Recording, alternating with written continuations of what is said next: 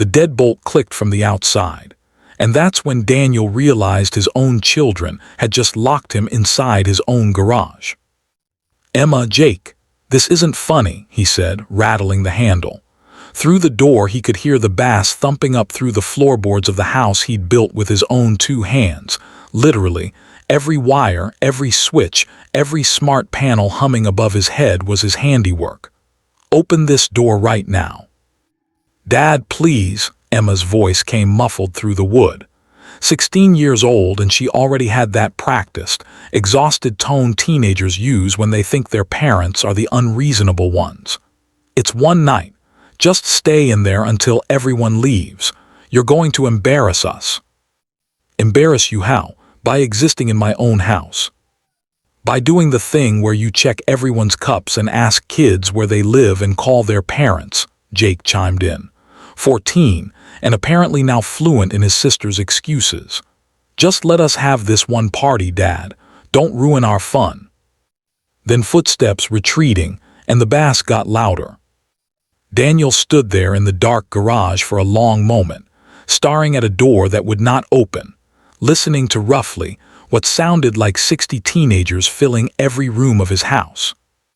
He thought about the frozen lasagna he'd planned to eat after his shift, about the fact that his wife Carol was 3 states away at her sister's wedding, about the fact that these were his kids in his house, that he was paying for, that he had wired, breaker by breaker, outlet by outlet, with his own 2 hands over 11 months of nights and weekends before they ever moved in. He allowed himself exactly 30 seconds of genuine hurt. Then he started to smile. Because Daniel wasn't just some dad. Daniel owned Ray's Smart Home Solutions, a 2-man outfit he'd built from a truck and a toolbox into the most trusted smart home integration company in 3 counties. Every light switch in that house was on a network he controlled. Every speaker, every camera, the garage door, the thermostat, the Wi-Fi router, the doorbell, all of it ran through an app on the phone currently sitting in his back pocket. His kids hadn't locked him out of the party. They'd locked him into mission control. He didn't move right away. First, he wanted to know exactly what he was dealing with. He opened the security app and pulled up the camera feed from the living room, and what he saw made his jaw tighten in a way that had nothing to do with anger and everything to do with the sheer scale of what his children had organized behind his back. This was not a few friends over. This was a full-blown event. Someone had brought a fog machine. There were at least 80 kids by his count, spilling from the living room into the kitchen into the backyard, red cups everywhere. Someone had moved the good armchair out onto the back porch for reasons Daniel could not begin to guess, and he zoomed in. Was that a keg?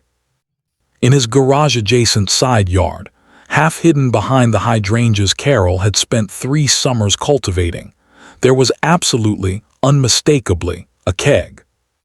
He sat down on the concrete step, phone in hand, and started laughing. Not the laugh of a man who found this funny. The laugh of a man who suddenly understood the shape of the night ahead of him.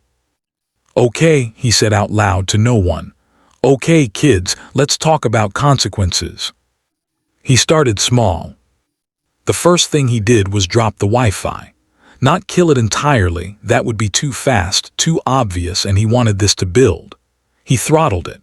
Every phone in that house, every kid trying to post a story or check a group chat or, God forbid, order more alcohol through some app, would suddenly find their bars full and their data crawling like it was 2004. He watched on the camera feed as confusion rippled through the crowd. Phones held up. Frowns. A girl in the kitchen shaking her phone like that would fix anything. Next, the thermostat. Daniel had installed a top-of-the-line zoned climate system in this house, the kind that could heat or cool individual rooms independently, the kind he'd spent a small fortune sourcing because Carol got cold easy, and he didn't like fighting over the thermostat every winter. He pulled up the app and one by one, cranked the living room, the kitchen, and the den up to 84 degrees. Within 10 minutes he could see kids peeling off jackets, fanning themselves with paper plates, someone propping the back door open with a shoe. "Little warm in here for you," he murmured, grinning down at his phone like it was a poker hand. Then the lights. He had every fixture on smart dimmers, all zoned, all controllable from the same app that let him flip a switch from his truck 3 towns over if he ever forgot to turn off the porch light. He started a slow strobe in the living room, nothing dangerous, nothing seizure-inducing, just an obnoxious, disorienting flicker that made the fog machine's ambience look less like a nightclub and more like a fire drill. That got a reaction. He watched kids start looking at each other, uncertain, some laughing it off, some visibly annoyed, a couple already heading toward the door with their phones held up trying and failing to get a signal to call their rides. Through it all, no music dropout yet. He was saving that. Around 40 minutes in, his phone buzzed. Emma. "Emma, okay, this is really weird. The Wi-Fi is dead. And it's like 90 degrees in here. Did something break?" He smiled and typed back nothing. Let her wonder. 10 minutes later, a second text, this one with more urgency behind the typos.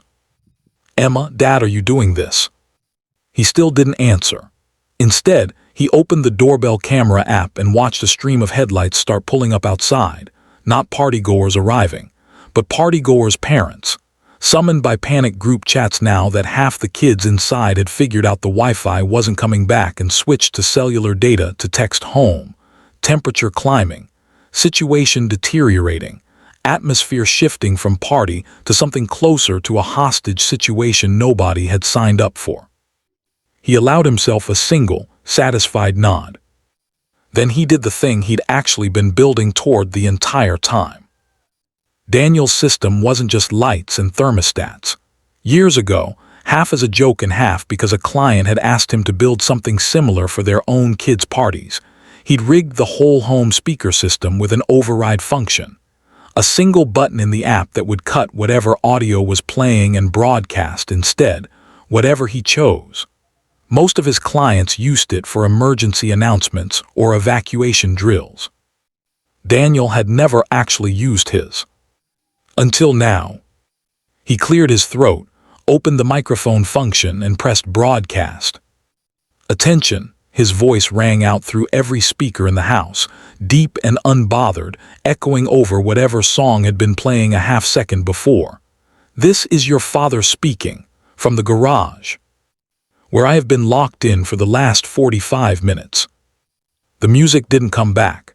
His voice kept going, calm as a flight attendant reading safety instructions. "For those of you I haven't met, hi, I'm Daniel. I own this house. I wired this house. Every light, every speaker, every degree of heat currently making your night significantly less comfortable is something I control from a phone that is, conveniently, still in my pocket." On the camera feed, he watched 80 teenagers freeze mid-conversation, mid-dance, mid-red cup sip, all turning slowly to look at speakers mounted in ceiling corners like the house itself had started talking to them. Which, in a sense, it had.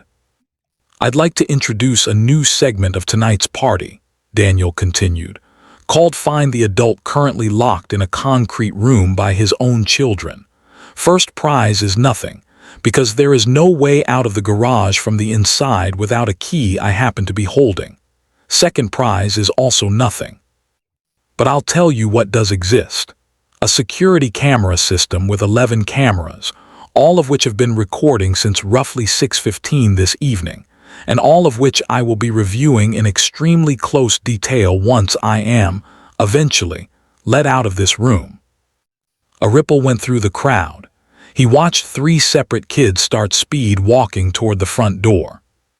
"To my daughter Emma and my son Jake," he said, and here his tone shifted, just slightly, less showman and more something quieter underneath it. "I want you to know I'm not angry that you wanted to have a party. I was 16 once. I remember what it's like to want the house to yourselves for one night.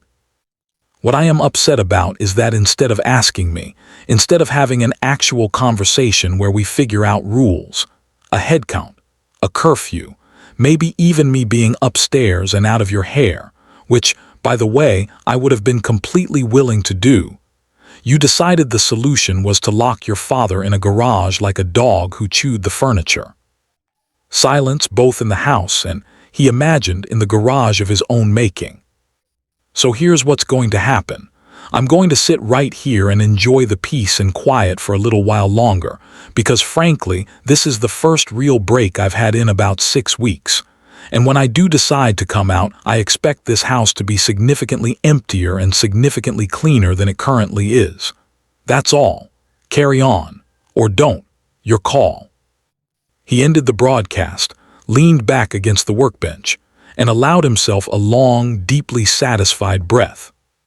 The exodus started almost immediately.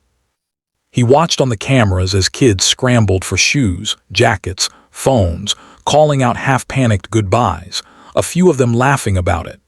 Because to be fair, some of this was objectively funny. A dad's voice booming out of the ceiling like the house itself was grounding them. But most of them just looking rattled. The specific rattled of a teenager who has just realized there is footage of tonight, and an adult who intends to use it. The keg situation resolved itself with impressive speed. 2 boys Daniel didn't recognize hauled it back out to whatever truck it had arrived in, moving with the brisk, silent efficiency of kids who did not want their names associated with it on camera. Within 25 minutes, the house had gone from 80 kids to maybe 15. Within 40, it was down to 6, Emma, Jake, and 4 kids Daniel actually recognized. Marisol from down the street, who Emma had been friends with since 2nd grade. A boy named Tyler who Daniel was fairly sure was Jake's actual real friend, and not just party overflow. And 2 others hovering by the front door with the particular expression of teenagers waiting to see how much trouble they were personally in. His phone buzzed, Emma again. Emma, Dad, everyone left. Can you please come out now? I'm so sorry, I really am. Can we talk? He looked at that message for a long moment. Then he stood, dusted off the back of his jeans, and pulled the garage's manual release cord. Because of course he had one. Because he was the kind of man who installed a manual override on every automatic system he ever built, on the theory that anything electronic could someday fail, and you'd better have a plan B. The door lifted with its usual mechanical groan, and Daniel stepped out into his own kitchen for the first time in nearly an hour. Emma was standing there, mascara smudged, arms wrapped around herself. Jake stood a few feet back, doing his best impression of someone who wanted to be literally anywhere else on the planet. So, Daniel said, looking around at the kitchen sticky counters, a suspicious number of red cups still standing sentinel on every flat surface, a lamp knocked sideways in the next room. This is going to take a while to clean. We'll clean it, Emma said immediately. All of it tonight, I promise. We will, Jake echoed, already reaching for a trash bag under the sink like proving his sincerity through immediate physical labor was the only currency he had left. Daniel didn't say anything right away. He walked to the fridge, got himself a glass of water, and took his time drinking half of it before he spoke again, because he'd learned a long time ago, from his own father actually, a quiet man who never raised his voice and somehow terrified Daniel more with silence than most parents managed with yelling, that the pause before you speak often does more work than the words themselves. Sit down, he finally said, both of you. They sat. I want to understand something, Daniel said, and I want an honest answer, not the answer you think I want to hear. Why did you lock me in the garage instead of just asking me if you could have people over? Emma looked at her hands. Because you would have said no, or you would have said yes but then hovered the whole time and it would have been humiliating. Would I have said no? A pause, maybe not no, but you would have had like 40 rules. I would have had some rules, yeah, Daniel admitted. Because I'm the one who has to explain to your mother why there was a keg in her hydrangeas. Jake winced. You saw that. I saw everything, Jake. I have 11 cameras. That's kind of insane, actually, Jake muttered, and Daniel had to fight the corner of his mouth twitching upward, because it was a little insane, and he knew it. and there was some part of him that had enjoyed tonight's chaos far more than a responsible parent probably should have. "Here's the thing," Daniel said, leaning against the counter. "I get wanting independence. I get wanting one night where it's just you and your friends and no dad walking around asking if everyone's parents know where they are. That's a normal thing to want. What's not okay, what is never going to be okay, is solving that problem by locking me in a room. That's not independence. That's just disrespect wearing an independence costume." Emma's eyes were wet again. "I know, I'm sorry. It just felt like the only way to actually have the night without you being, I don't know, daddying at everyone." "Daddying," Daniel repeated, and this time he did let himself smile just slightly. "I'm going to be daddying at you for the rest of your life, kid. That's the job. I don't get to opt out of that because you find it embarrassing." "So what happens now?" Jake asked, quietly, clearly bracing for the number of weeks his phone was about to be confiscated. Daniel considered it, genuinely considered it, weighing the options the way he'd weigh a job estimate, not out of cruelty, but because he wanted the consequence to actually mean something instead of just being loud. "Here's what happens," he said finally. "First, you're both grounded for 2 weeks, not from your phones, not from your friends, from parties. No parties, no hanging out at other people's parties, nothing that even smells like a party for 2 weeks. Second, this weekend, you're both coming with me on service calls, all weekend. You're going to see what I actually do for 10, 12 hours a day, so this house has hot water and Wi-Fi and lights that turn on when you flip a switch. Third," he paused here, letting it land, "you're going to call every single kid whose parents showed up outside tonight in a panic, and you're going to apologize. To them, not just to me." Emma's face went pale. "All of them. All of them. You made this mess. You get to be the one who cleans up the parts that aren't visible with a mop." Jake, to his credit, just nodded, jaw set, looking like a kid who understood he'd gotten off lighter than he'd feared and wasn't about to push his luck by arguing. "And fourth," Daniel added, softer now, "next time you want to have people over, actually ask me. I promise you I'm not the villain you built me into tonight. I might surprise you." They cleaned until nearly 2 in the morning. Daniel worked alongside them the whole time, not because he needed to, but because he wanted them to understand that consequences in his house didn't come with him standing over them with his arms crossed. They came with him right there, sleeves rolled up, scrubbing the same sticky counter, because that was the kind of father he decided a long time ago he was going to be. Somewhere around 1:30, mopping the kitchen floor in a companionable, exhausted silence, Jake finally spoke. "That announcement thing," he said, "through the speakers, that was actually kind of a power move." Daniel raised an eyebrow. "You think?" "Like, genuinely terrifying, but also kind of iconic," Jake admitted. "Tyler said it was the scariest thing he's ever heard and also the funniest." "I built that whole speaker system for emergency announcements," Daniel said. "Never thought the emergency would be my own children." Emma, wringing out a rag at the sink, let out a small, tired laugh, the first genuine one of the night. "We're never going to live this down, are we?" "No," Daniel said honestly. "You are not. This is a story I will be telling at your weddings." "Please don't." "Oh, I absolutely will." They kept cleaning, and somewhere in that quiet hour, the 3 of them working side by side, the house finally cool again because Daniel had reset the thermostat the second the last kid left, the Wi-Fi humming back to full strength, the lights steady and warm instead of strobing. Something settled between them that hadn't been there at 8 o'clock that night. Not just an apology, something closer to an understanding. Daniel hadn't set out to teach his kids a lesson about respect through smart home technology and a fog machine and 80 terrified teenagers scattering into the night. He just wanted out of a garage. But somewhere between the thermostat and the broadcast and the long walk back into his own kitchen, he'd stumbled into something better than punishment.